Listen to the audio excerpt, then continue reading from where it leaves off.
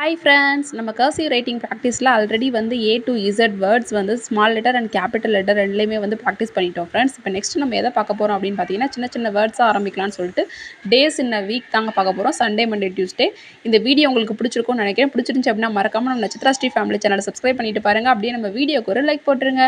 இது வரைக்கும் சப்ஸ்கிரைப் பண்ணாமல் பார்க்குற ஃப்ரெண்ட்ஸ் மறக்காம இப்போவே சப்ஸ்கிரைப் பண்ணிக்கோங்க. அப்போ தான் நெக்ஸ்ட் நான் போடுற cursive writing ப்ராக்டிஸ் வீடியோ உங்களுக்கு வரும். நீங்களும் ப்ராக்டிஸ் பண்ணுங்கள்.